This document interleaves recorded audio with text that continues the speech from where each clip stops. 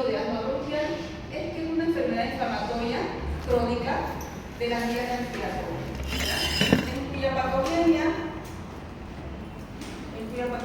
intervienen diversas células y mediadores de la inflamación, pero todo este problema del asma también está condicionado por factores genéticos en donde los pacientes cursan con una hiperrespuesta bronquial, ¿no? Cualquier cosita hace que sus bronquios se estrechen inmediatamente y eso va a condicionar a que haya una obstrucción al flujo aéreo.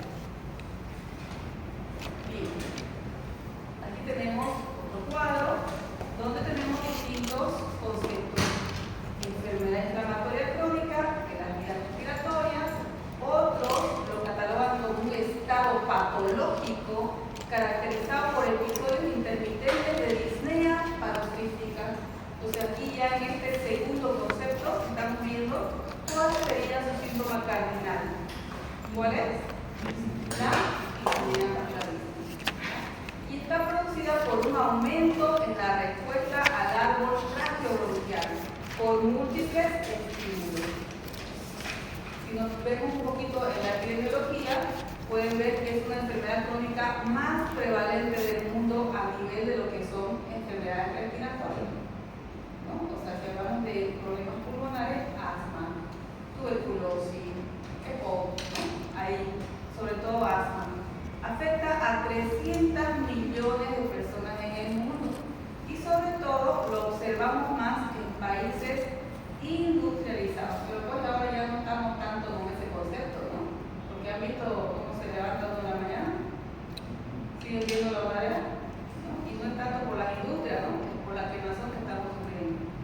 Así que, bueno, esto va en aumento. Fíjense que para el año que viene, 2025, no solo habrá 300 millones de personas asmáticas en el mundo, sino se van a aumentar 100 millones de personas más.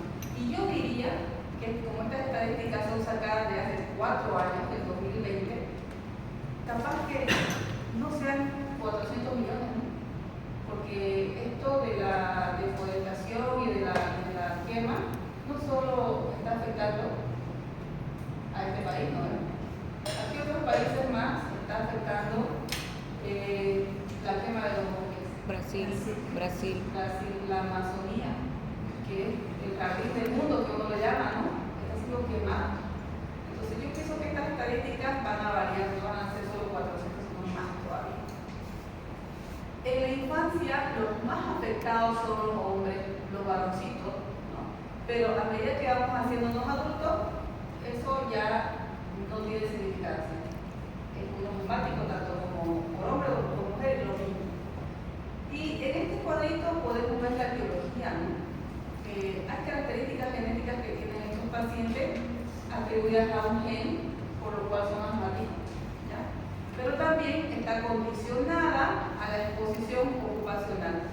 Y estamos viendo claramente lo que hablan de las industrias, pero también, ¿no? Personas que conviven con personas que fuman, padres, madres que fuman en la familia, y la exposición ambiental, ¿no? Lo que estamos viviendo actualmente. Bien, si vamos a atribuir las variantes genéticas, fíjense que el problema radica en un cromosoma. Para los pacientes asmáticos, el problema está en el cromosoma 17. Este es el cromosoma que tiene un daño, una mutación, lo cual afecta la inmunidad adaptativa del paciente, afecta la función barrera del epitelio respiratorio y sería una condicionante genética para el asma. Entonces, una alteración del cromosoma 17. Pero más pesan, aparte de las variantes genéticas, los factores ambientales. Tabaquismo materno, obesidad, no es buena para el asma tampoco. Antecedentes de cualquier tipo de alergias, ya sea alimenticias, causas dermatológicas, ¿no? Y si nos fijamos en este puntito de aquí, dice infecciones por virus, sobre todo el virus sincitial respiratorio y la Bordetella pertussis. Entonces, niños que enferman con virus, también estos podrían ser condicionantes para una crisis asmática. Bien, ¿hasta ahí está entendida esa parte de la etiología? ¿Sí? Ya, pasamos a la siguiente. Bien, ahora, en la fisiopatología, ¿qué ocurre? Tenemos dos fases, una fase temprana y una fase tardía. A ver, en la fase temprana, y aquí quisiera que nos fijemos en esto, ¿no? Las células implicadas en la fisiopatología del asma son los eosinófilos. ¿Qué son los eosinófilos? Leucocitos polimorfonucleares. Pero también están los linfocitos T, sobre todo los CD4. Leucocitos mononucleares. Bien, ¿qué ocurre en la fase temprana? Este es un resumen de lo que ustedes pueden encontrar más grueso en el libro, ¿no? En cualquier libro de llave de asma. Un pequeño resumen. Esta fase temprana aparece durante los primeros minutos. Está caracterizada por broncoespasmo, vasodilatación y una secreción exagerada de moco. Si tenemos estos tres elementos, broncoespasmo, vasodilatación y secreción exagerada de moco, ¿qué sintomatología tendremos en esta fase temprana? Disnea, tos, ¿productiva o no productiva? Productiva. Productiva. Y si ocultamos, ¿qué vamos a ocultar? Sibilancias rojos, ¿no? Porque hay obstrucción. Esta fase temprana está mediada por los mastocitos, los cuales generan histamina, triptasa, carboxipeptidasa y leucotrieno. ¿Ya? De esto, ¿qué es la histamina? ¿Qué es? Una sustancia alérgica, ¿no es? Sí, se supone que cuando se toma un antihistamínico, o sea, se toma algo para tu alergia, ¿lo ves? Bien, la triptasa y los leucotrienos, sobre todo, esto es importante porque hay medicamentos antileucotrienos, o sea, medicamentos para el asma que bloquean los leucotrienos, que serían sustancias proinflamatorias, ¿ya? Los leucotrienos. Los eosinófilos son atraídos hacia la zona que está siendo obstruida, liberan proteína básica mayor y una enzima que se llama peroxidasa eosinofílica. ¿Y esto qué hace? Lesiona el epitelio de los bronquios. Una vez lesionado el epitelio, ¿qué va a pasar? Pues ellos están dañados, entonces están muy sensibles, están muy hiperreactivos. Por eso de la nada, ¡plup!, se cerraron los bronquios, ¿no? Los dañaron, los eosinófilos se cerraron esos bronquios.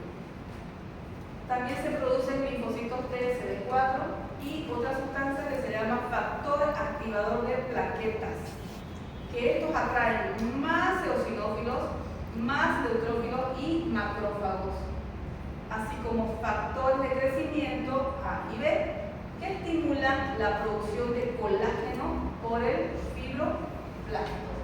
Y mucha producción de colágeno, ¿es buena o es mala? En algunas partes, en la parte estética, bueno, el colágeno es bueno, ¿no? Que el colágeno para la piel, una cosa de las articulaciones, pero todo en exceso es malo, ¿no? Entonces aquí estamos viendo una palabrita.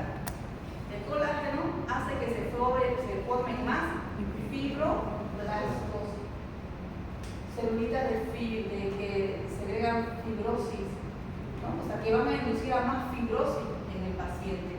Un cambio en el epitelio de esos bronquios. No es bueno eso. Y la fase tardía aparece horas más tarde y consiste en la contracción sostenida del músculo liso bronquial. Hay una intensa reacción inflamatoria a nivel del arco bronquial. El paciente, o sea, después que pasó todo esto, en esta fase, tal vez la crisis ya mejoró, pero si uno disnea es más tolerable en esta fase tardía, más tolerable, pero las manifestaciones clínicas no han cambiado. Bien. En esta diapo vemos todo lo que es la fisiopatología de lo que es el asma, ¿no? Aquí tenemos en esta primera partecita un bronquio con su luz normal, ¿no? Calibre normal. Ahora, si tenemos condicionantes como un ejercicio intenso, una infección viral, agentes contaminantes que sean irritantes, sustancias alérgenas y obviamente que el paciente tenga esa susceptibilidad genética.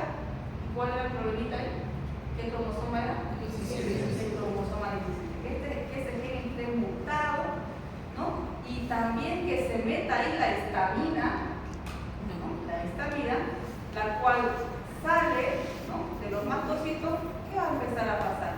Vamos a tener una primera parte de la inflamación aguda, que es el broncoespasmo precoz. Y ahí el paciente empieza a decir, no, siento que me suena el pecho, ¿no? Me siento con el pecho trancado, me está silbando el pecho. Bien.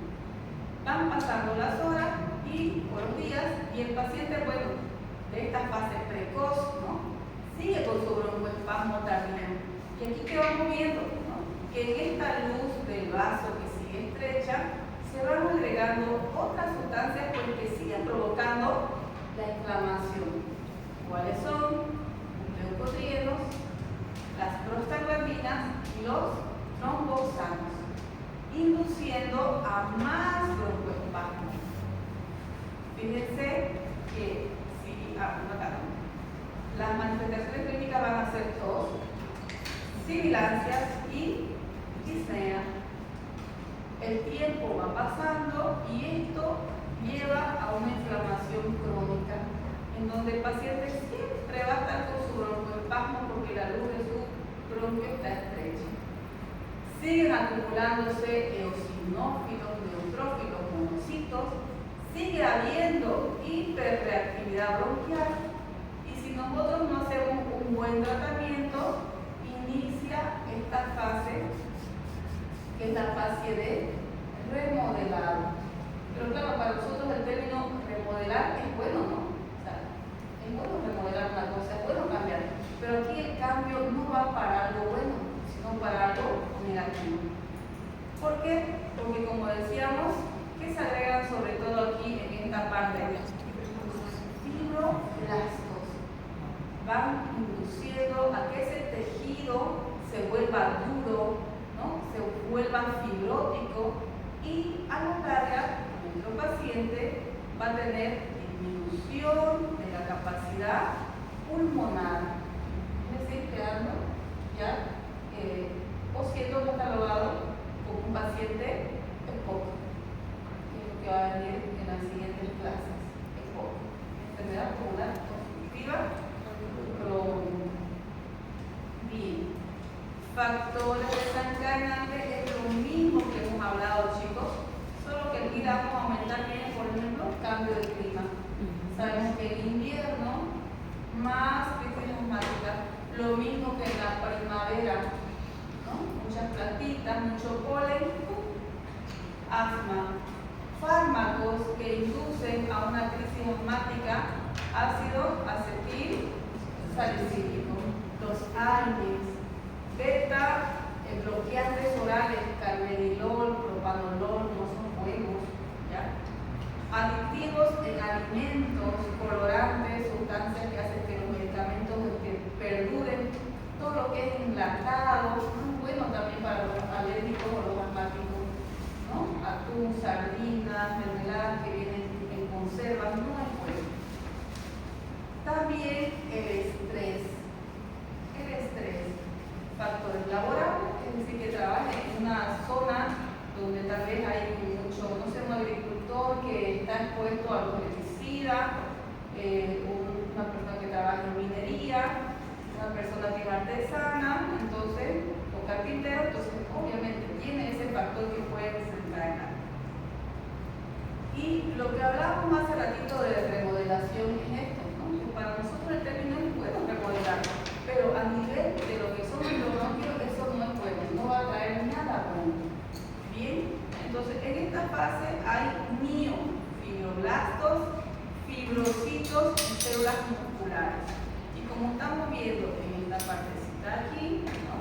el bronquio en un paciente con asma pues queda así, ¿no? Totalmente desconfigurado, con una luz bronquial estrecha y una hiperinflamación, como estamos viendo acá, hiperinflamación de lo que es todo el contorno de ese bronquio.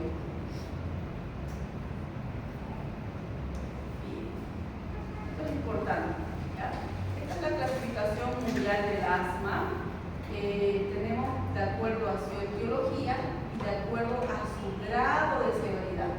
Les comento que lo que más utilizamos es la otra, de acuerdo al grado de severidad, ¿ya?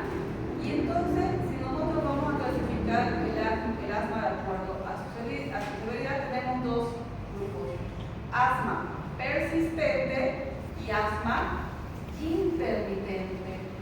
Y de estos dos, el persistente se subdivide en asma persistente leve, asma persistente moderado y asma persistente severo.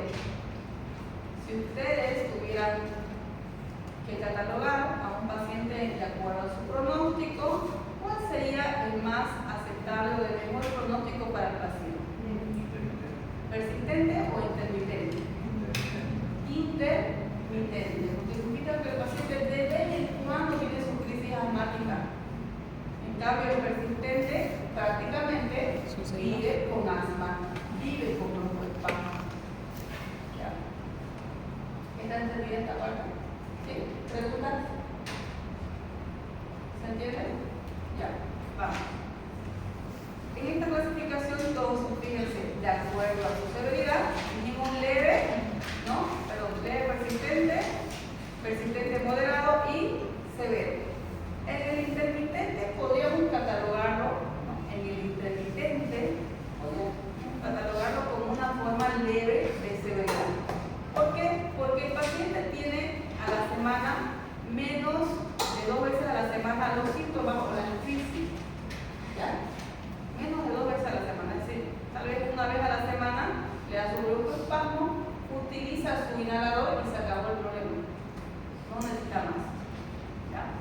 En este caso, fíjense que la función pulmonar está normal, ¿ya? Esto lo vamos a ver en las siguientes prácticas de espirometría para entender un poquito más esta parte. En cambio, en el asma leve, persistente, la crisis está más de 2 veces a la semana y afecta la actividad diaria del paciente. En cuanto a los síntomas nocturnos, el paciente tiene crisis asmática que puede ser que lo lleven al hospital, ¿no? O que lo levanten en la noche 2 veces al mes. Aquí todavía la capacidad pulmonar se mantiene normal, ¿ya? Persistente moderada, las crisis son diarias. El paciente usa diariamente sus inhaladores, afectan su calidad de vida. Las crisis pues son por lo menos 2 veces a la semana y en la noche 1 vez a la semana. Aquí ya vamos teniendo una disminución de la capacidad pulmonar. Esto obviamente dado por un estudio que es la espirometría.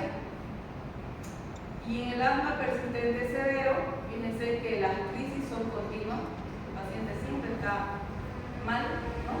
Prácticamente está limitado, ¿no? O sea, es un paciente que tal vez no puede hacer muchas cosas, tiene que estar en su casa. ¿Por qué? Porque las crisis son muy frecuentes, ¿no? Sobre todo también en la noche. En cualquier momento del día el paciente puede tener una crisis asmática. Y la capacidad pulmonar ya está bastante reducida, ¿ya? Con un volumen expiratorio forzado al primer segundo menos del 60%. Si nosotros nos fijamos aquí, entonces las manifestaciones clínicas del asma son sencillas, son claras. El paciente va a referirnos disnea, tos, algunos dicen dolor torácico, sensación de pecho tapado, ¿no? ¿Qué vamos a indagar en cuanto a lo que es la anamnesis, ¿no? O sea, va a venir un paciente con la sintomatología y ustedes pues tienen que preguntar, ¿no? Así, de la nada, ¿no? ¿Por qué apareció esto? ¿Qué ha pasado? ¿Qué ha hecho? Ah, y eso es asmático. Ah, de asma. Bueno, pero ¿qué ha pasado ahora nuevo? No sé, tal vez el humo, o tal vez empecé a fumar de nuevo y no fumaba, pero otra vez empecé a fumar. Entonces hay que ver qué desencadenó esa crisis asmática.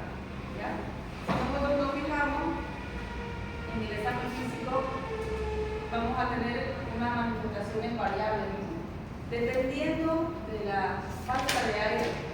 ¿Cómo puede estar nuestro paciente? Simplemente taquipneico o directamente, como vemos a la taquipnea, ¿qué dice? Agitado, los dos. totalmente ansioso porque no le entra pues el aire, ¿no? Paciente que no respira bien va a tener esa posición que es la posición de ortopnea. ¿Cuál es esa posición, joven? No puede respirar. Pero ¿cuál? ¿En qué posición? Sentado. Sentado. Si te va a estar sentado no puede echarse para nada. ¿Ya? Si nosotros vamos viendo el grado de disnea, de falta de aire, vamos a tener cianosis. Aleteo nasal lo vemos más que todos los niños. Uso de los músculos accesorios a la respiración, esternocleidomastoideo. Levantamos la pollerita y se marcan las costillas porque están siendo utilizados los músculos intercostales. Y en la auscultación pulmonar, fíjense que la sibilancia, sobre todo, lo escuchamos en dónde? En la expiración. Las sibilancias son más expiratorias que inspiratorias. ¿Ya? Otras manifestaciones clínicas, semiológicas, ronchos, estertores, y esto es lo que más asusta. Yo les comentaba que tuvimos un residente, no sé a quién les comenté qué grupo, ¿sabes? Que tuvimos un residente que nos llegó así azul, ¿no? Donde uno escrutaba y no escrutaba nada. ¿Por qué? Porque tenía un grado de obstrucción severa que ni siquiera se escuchaba el murmullo vesicular, nada, abolido completamente todo. Por eso es necesario apoyarnos nosotros en estos casos con una buena semiología, pero fíjense que también podemos nosotros evidenciar esa falta de aire, esa hipoxemia en el paciente con ese aparatito, ¿no? El oxímetro de pulso, el cual, como estamos viendo ahí, ese 98 es bueno o es malo. Es bueno. Es bueno. La saturación de oxígeno siempre tiene que ser arriba de 95, 93, ¿no? Los viejitos, 92 ya. ¿No? ¿Por qué? Porque los pulmones ya están fibróticos, no es como una persona que sea joven. Entonces, en un abuelito de 70, 80 años, 92 va a ser bueno. ¿Ya? Va a ser la buena. Y la imagen que estamos viendo algo en los deditos de ese paciente. ¿Qué es lo que se observa? Diagnóstico, ¿no? Eso va a hacer que nosotros nos asustemos o que estamos tranquilos con el cuando nos asustamos bastante, ¿no? Cuando ya es un signo de hipoxia claro, como es así.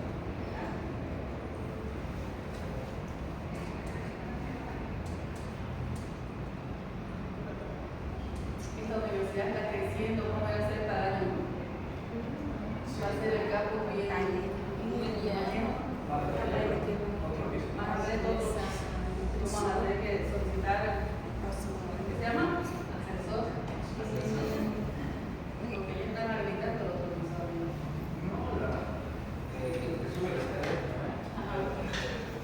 No está tapado, pero ¿Cómo que la otro año. dormía por el humo? La idea es también hacer una carrera más de ciencia de la salud, ¿no? Y para eso necesitan aulas, ya han visto que hoy hemos llegado y con la docente hemos tenido que hacer llegar. Ajá, y también se va a encargar. Bien, en esta diapositiva, más que todo es para que hagamos un diagnóstico diferencial de asma. ¿Ya? Un diagnóstico diferencial de asma. Podemos fijarnos que la mayoría de los pacientes, ¿no?, que estamos viendo aquí con el POC, con reflujo, con insuficiencia cardíaca, pues tienen algunos síntomas que se ven en casi todos, ¿no? O sea, que eso hace que nuestro diagnóstico pues sea muy amplio. ¿Qué síntomas vemos acá? Disney. Aquí en insuficiencia cardíaca, Disney. ¿no?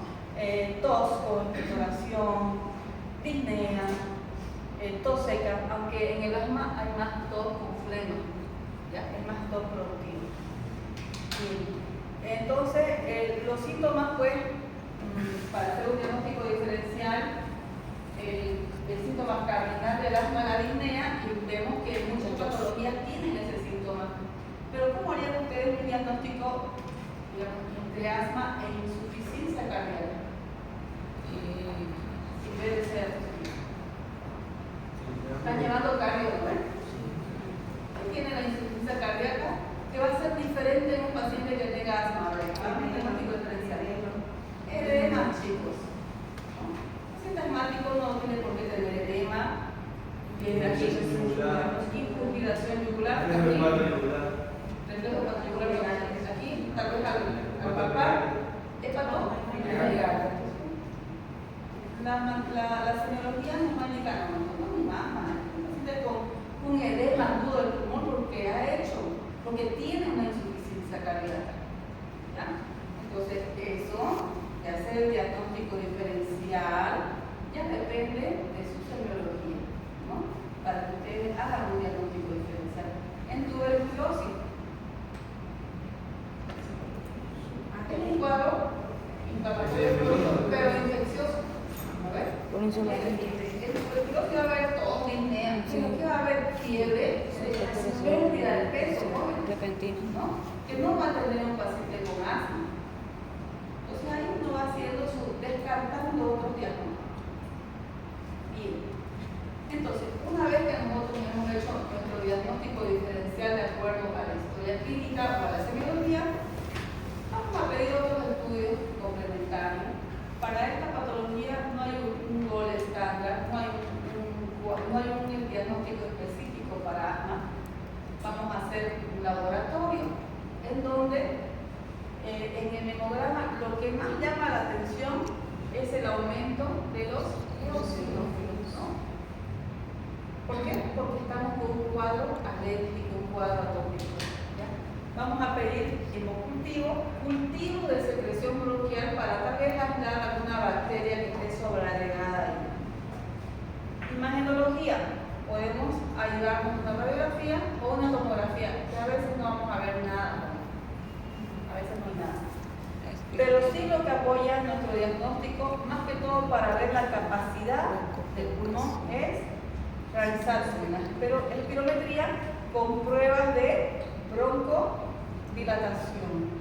Es decir, le medimos la capacidad pulmonar, después le damos un poquito de inhaladores para broncodilatar y volvemos a hacer la prueba. ¿Para qué? Para ver si hay una respuesta a los medicamentos. ¿Ya? Entonces, espirometría sería un estudio que va a apoyar en este diagnóstico. Bien. En algunos casos también solicitan hacer estas pruebas de sensibilidad, en donde uno va donde el alergólogo, y el alergólogo pues nos coloca en la piel distintas sustancias, ¿no? Y resulta que a veces uno sale para atrás con esto porque nos hacen las pruebas y uno sale alérgico hasta el agua, ¿no? Es así. Tenía una amiga que tenía un problema de alergia, que sabía que era por su gato, pero ella regadinga se fue a hacer esto y esto es caro. Y salió que era alérgica a las arvejas. O sea, las arvejas. Bueno, son muchas cosas todo que dejar. Para eso sabes que preferir a no saberlo. ¿No? Yo pienso que estas pruebas alérgicas se hacen en personas que tienen tal vez esos cuadros agudos, repentinos, ¿no? seguidos. A mí me pasó que hice una alergia en La Paz, pero un tipo urticaria por comer pororo. ¿Sabes qué es el pororo? Sí. Aquí es blanco, Sí. en La Paz es rojo. O sea, yo me comí un rojo y ya con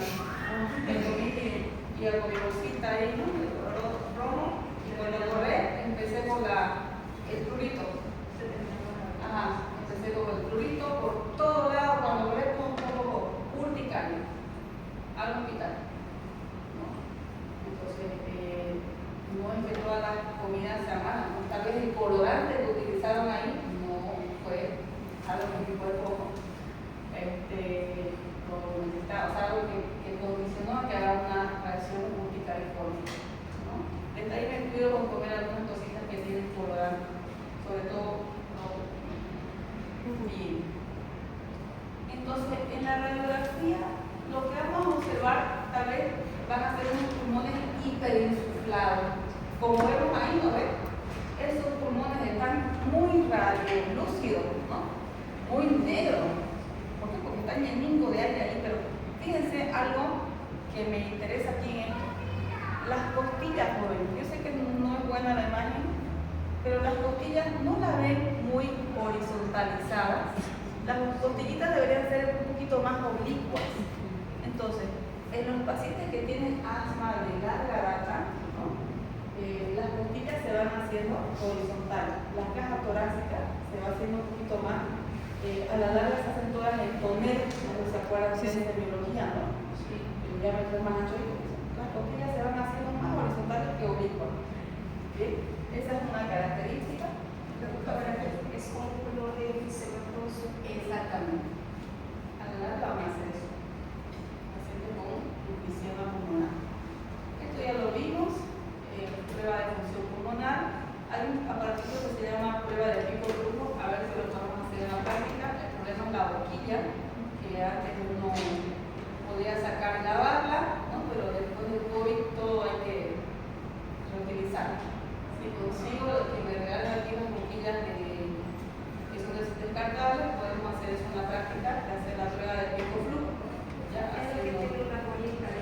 No, esa prueba de la bolita utilizando el fisioterapia, que es para hacer fisioterapia respiratoria. ¿Han visto alguna vez? Sí. Es un aparatito que parece una cajita con 3 niveles y tiene una bolita y tiene un piquito, ¿no? Claro, ese es otro. Pero el piquiflow es el que tiene la bolita dentro, como si fuera un cachimbo así. Ajá. Hay una bolita y el paciente tiene que hacer fuerza. Ah, ya. Y eso marca un nivel. Ah, ya, no puede ser el aparato que ya tenemos, ¿no? Así que a mí, ya actualmente ya no vienen con eso, sino con una flechita que uno cuando sopla, Sí. sube la flechita y eso les mide su capacidad pulmonar. Ya, eso dice, está 500, está buena la capacidad pulmonar, está 200, 300, no está tan buena, ¿no? Y el otro aparatito que tal vez alguna vez van a ver en los pacientes que son respiratorios que le hacen hacer fisioterapia, utilizan eso, una cajita y una manguerita que tiene una boquilla para que uno respira y sufre, y así lo va haciendo trabajar. Y la espirometría, que en la espirometría nosotros vemos esto, ¿ya? La capacidad pulmonar, de acuerdo a la espirometría, sobre todo saca 2 números, ¿ya? Y para que saque este valor de 80%, que es lo normal, necesitamos la capacidad vital forzada, que es esto de aquí. Nosotros no lo hacemos, lo hace la máquina jóvenes, ¿ya? Y el volumen expiratorio forzado del primer segundo. La máquina hace una relación y nos saca un valor en porcentaje. Lo normal es arriba de 80%. Menos de 70, estamos hablando ya de un patrón obstructivo. Y si eso va bajando, pues ¿qué nos indica? Que la capacidad pulmonar está deteriorada. ¿Ya? Entonces, el espirómetro lo hace todo, no es que nosotros vamos a estar, lo único que nosotros tenemos que hacer es hacerlo respirar al paciente y punto. Y marcar cuando él termine de expirar. ¿Ya? Ahora, si hablamos de volumen expiratorio del primer segundo, ¿qué significa eso? El aire que expira en un segundo. El aire que el paciente va a expirar o exhalar en un segundo. ¿Ya? Esto es algo que es forzado, capacidad vital forzada. Señor, respire. Ahora exhale todo. Hasta el último pedacito de aire de los pulmones, pero todo lo tiene que botar. Todo. Una vez que el paciente bota todo, la máquina lo hace todo. La máquina nos facilita bastante Esto es lo que se llama el pico flujo, que tal vez lo utilice su compañera, que actualmente la bolita está dentro y esta bolita hace que se suba una flechita y nos dice cuánto es la capacidad vital. Y este sería la espirometría, ¿ya? En donde el paciente tiene que exhalar en un aparatito. Ven que está en la boca, tiene una boquilla, y aquí en la nariz, ¿qué hay? Hay un dispositivo que le cierra la nariz, porque si no, ahí atrapa al paciente, ¿ya? Un ganchito, ¿ya? Y después, ¿qué pasa? La máquina lo hace todo. Nos dice cuál es la curva de tendencia, cuál es la capacidad de los pulmones y nos da valores que lo único que quedaría es interpretar. En donde menos de 70, ¿qué significa? Patrón. Sí, patrón.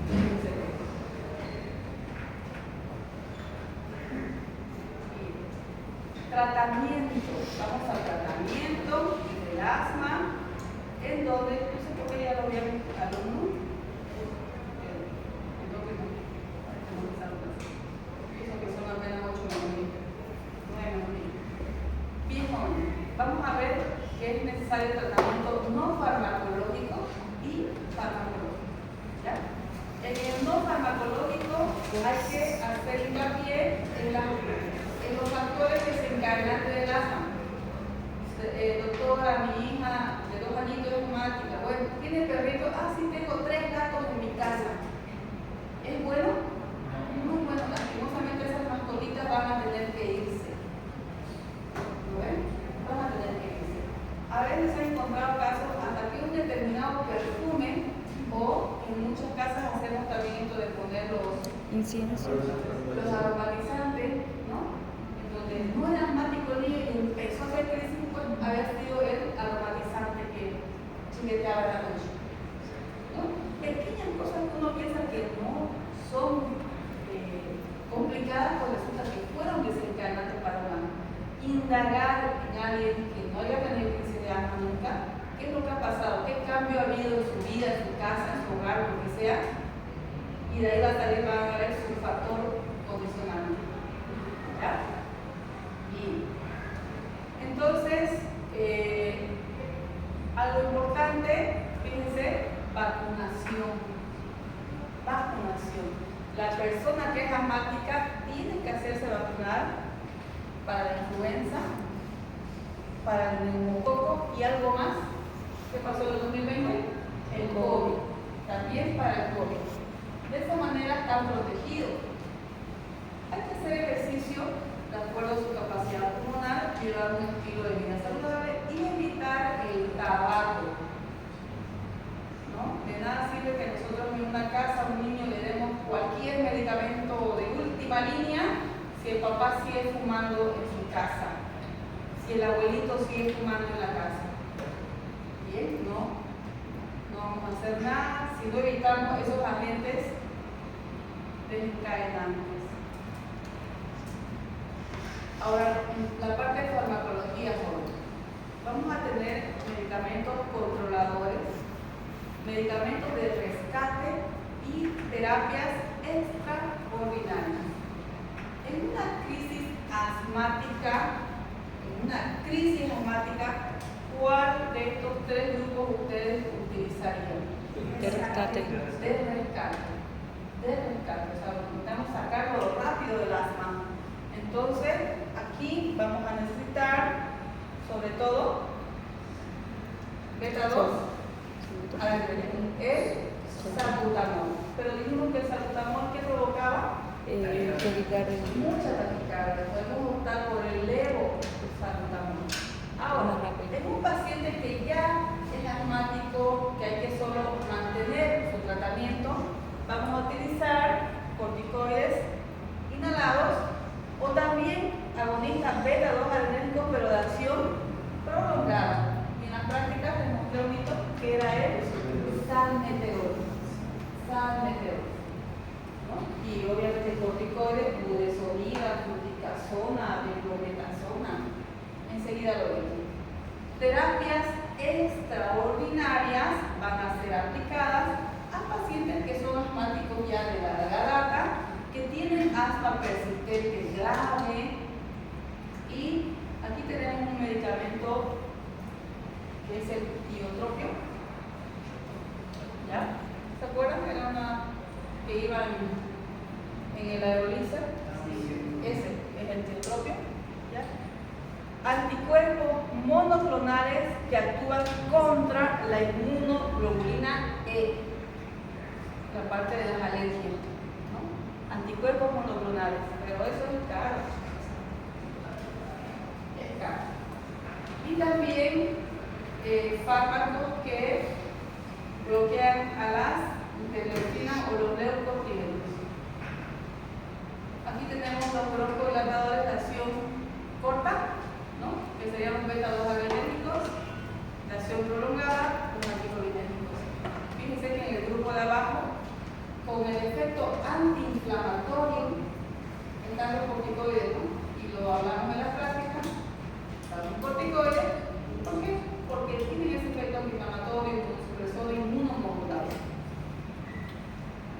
Ya, aquí tenemos lo mismo que vimos en práctica, miren, ahí lo tenemos al salbutamol, al fenoterol, que son relajantes del músculo liso, disminuye la liberación de histamina y los leucotrienos de los mucocitos, ¿no? Actúan por vía inhalatoria, actúan, miren, a los 5 minutos. ¿Y cuál había sido el otro efecto secundario que os olvidé yo ese día hablar? El dolor de la tenicaria en medio, temblé que los pacientes, ¿no? Entonces, si tengo entonces este efecto grupal, levo salbutamol. Acción prolongada, salmeterol, formoterol. ¿Bien? ¿Qué más? Bromuro de hipatropio es un fármaco broncodilatador anticolinérgico, igual viene en gotitas, viene también en forma inhalada. Y hay un grupo que no hablamos de las prácticas, chicos, que es el tercer grupo, las santinas. Las santinas. Aquí les tenemos a dos medicamentos, teofilina y aminofilina. Tal vez este lo han escuchado el cardio, tal vez no han escuchado el cardio. Estas santinas tienen también ese efecto broncodilatador, inmunomodulador, antiinflamatorio, mejoran la ventilación por estimulación del diafragma, estimulan el centro respiratorio, ¿ya? Y aumentan el clearance mucociliar, el aclaramiento del moco. ¿Ya? ¿Cuáles son los efectos secundarios de estos? Náuseas, vómitos, taquiarritmias, aumento de la diuresis y convulsiones. Claro, pero lo que más yo he visto es las taquiarritmias con este grupo,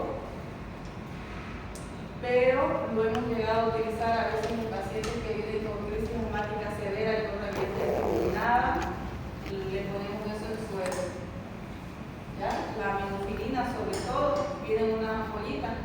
Uno rompe la ampolla, pone al suero y eso le pasamos por vía endovenosa al paciente. ¿Ya? En caso severo de asma lo hemos utilizado. Los corticoides inhalados, lo hemos visto en las prácticas, son esos aerosoles que tienen beclometasona, fluticasona, budesonida, lo vimos en la práctica. ¿Ya? Pero también tenemos a los corticoides de forma sistémica, o sea, no inhalada, prednisona, hidrocortisona. ¿Ya? Aquí. Otros fármacos antiinflamatorios, tenemos a las cromonas, particularmente nunca he utilizado este grupo, no sé por qué, la verdad que estoy más acostumbrada a los otros. Tenemos aquí el cromoglicato de sodio, que son antiinflamatorios, inhibidores de la liberación de los mediadores, ¿ya? Inhiben la fase tardía, temprana de la respuesta alérgica. Ah, ya sé por qué era. Acá está la clave. La acción. La acción de estos medicamentos se observan a las 4 a 6 semanas de haber comenzado su administración. Entonces, ¿este grupo me serviría para una crisis No. asmática aguda? No, tal vez para alguien que es crónico. Sí. ¿no? Pues porque fíjense, ¿cuánto tarda 4 semanas. en actuar? Un mes y medio. No me sirve para una crisis asmática. Pero estos medicamentos sí los estamos utilizando bastante en los pacientes asmáticos también. Es el Sarif-Lucas y el Montelukast, que tienen efecto inhibitorio contra los alérgenos, ¿ya? Reducen los síntomas de los pacientes asmáticos y mejorarían algo la función pulmonar. ¿Y qué es lo bueno de esto? Que solo vienen para ser administrados por vía oral, tabletitas. Todos los días su Montelukast. En los niños que son asmáticos, uno empieza a dar una terapia de Montelukast 2 o 3 meses antes de que cambie la temporada. Es decir, en otoño, ¿no? En otoño ya están tomando todos los días ellos sus tabletitas de Montelukast. Así, cuando sea invierno y primavera, esas crisis asmáticas van a ser persistentes o intermitentes. Intermitente, ¿no? Si ese niño le daba su arma de esas tremendas y cada rato, entonces con esto vamos a espaciar esas crisis asmáticas de esos niños. ¿Ya? Entonces el Montelukast es una buena alternativa para un paciente a largo plazo para espaciar esas crisis de asma. Ahí tenemos la forma de administración, lo vimos en práctica. Esto es lo que les decía, ¿no? La aerocámara, este aparatito. Cuando a veces los niños no saben hacer bien la inhalación, entonces utilizan esta aerocámara, ¿no? Y en las personas que tienen familias asmáticas siempre tienen que hacer el esfuerzo de comprarse ¿qué cosa? Un nebulizador por Bien. Para ir terminando, fíjense que nosotros los pacientes con asma, los pacientes con bronquitis aguda, vamos a tener este problema a largo plazo, ¿no? Vamos a tener bronquiectasias. ¿Qué les llama la atención de la tomografía? ¿Planeamos los pulmones? No, están como si estuvieran llenos de huequitos, ¿no? Sí. Ajá, pero no son cavernas. Que quede claro, no son cavernas, ¿ya? Son, como dice el primer puntito, dilataciones anormales, pero sobre todo, esta palabra, irreversible, o sea, ¿hay vuelta atrás o no? Dilataciones anormales es irreversible de los bronquios. ¿Por qué? Porque el epitelio de ese bronquio se alteró, haciendo que queden como sacos, ¿no? De distintos tamaños, y en esos sacos solo hay atrapamiento de aire. Solo está atrapado el aire. Por eso se ven esos puntitos negritos, ¿no? Tienen aire. Pero el aire que está ahí, ¿será que cumple la función principal de los pulmones, que es la hematosis? No.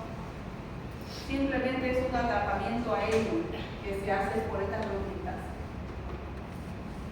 ¿Ya? ¿En qué caso vamos a ver bronquitasia? Fibrosis quística, tuberculosis pulmonar, obstrucción localizada en las vías aéreas, retención de moco. ¿Ya? Pacientes con problemas de inmunoglobulinas, inmunodeficiencia. El paciente que va a tener tos productiva, porque esos huequitos de aire se llenan de flema y a veces esa flema tarda en salir y cuando sale, fíjense que dice esputo purulento, ¿no? Sale medio verdoso, medio amarillo y aparte con un olorcito fuerte, un olor fétido, por lo que está casi siempre acumulado. ¿Ya? Aquí lo tenemos, ¿no? El paciente nos va a referir todo esto, pero nosotros cuando hablamos al paciente y tosa, nos vamos a encontrar con esto, que esa flema tiene un olor bastante fuerte, fétido. ¿Ya? Bien. Si nosotros pedimos una radiografía, vamos a encontrar esas imágenes a veces que no son tan fáciles de ver. Ni siquiera en este caso. Aquí, en esta partecita, ¿no? Acá, que se ve aquí, una pequeña bronquiectasia, pero entre una radiografía y una tomografía, ¿qué sería lo mejor? Pedirle una tomografía. Como estamos observando ahí, a diferencia del otro paciente, este tiene bronquiectasia, ¿no? También. Sí, pero no. Pero en este caso, Está muy. ¿cuál está peor? Este. Este caso tal vez más complicado y este está empezando el paciente, ¿no? Prácticamente, fijémonos cómo en el campo pulmonar derecho se observan esas dilataciones anormales de los bronquios, ¿no? Bronquiectasia. Bien, y miren cómo se complican los pacientes con agentes bacterianos por esa acumulación crónica que tienen de flema los pacientes ahí.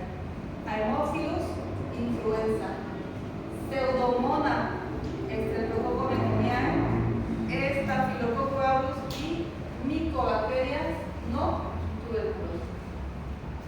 Entonces, eso nos da a pensar de que en el tratamiento, ¿qué más tenemos que poner a estos pacientes? Antiviral. ¿No? Porque se sobreagregan muchas infecciones pulmonares. ¿Ya? Entonces, aquí estamos viendo que en el tratamiento hay que dar antibióticos, fisioterapia torácica, porque hacen un drenaje postural. ¿Ya? Y eso es interesante cómo lo hacen los fisioterapeutas, que lo echan de un lado, lo hacen con un aparato que vibra, lo echan del otro lado. ¿No? Y entonces eso hace que con esos movimientos o esos cambios de posición el paciente pueda expectorar esa flema. ¿Ya? Y broncodilatadores inhalatorios. En la otra partecita, fíjense qué tipo de antibióticos podríamos utilizar en estos pacientes. Sobre todo los beta-lactámicos como la amoxicilina, la ampicilina. Ahí están las dosis de los medicamentos y las terapias duran 10 a 14 días. ¿Ya? Bien. Listo. Ahora vamos a dar paso al grupo de los viernes en la mañana para que nos digan qué han hecho con su trabajo de investigación. O solo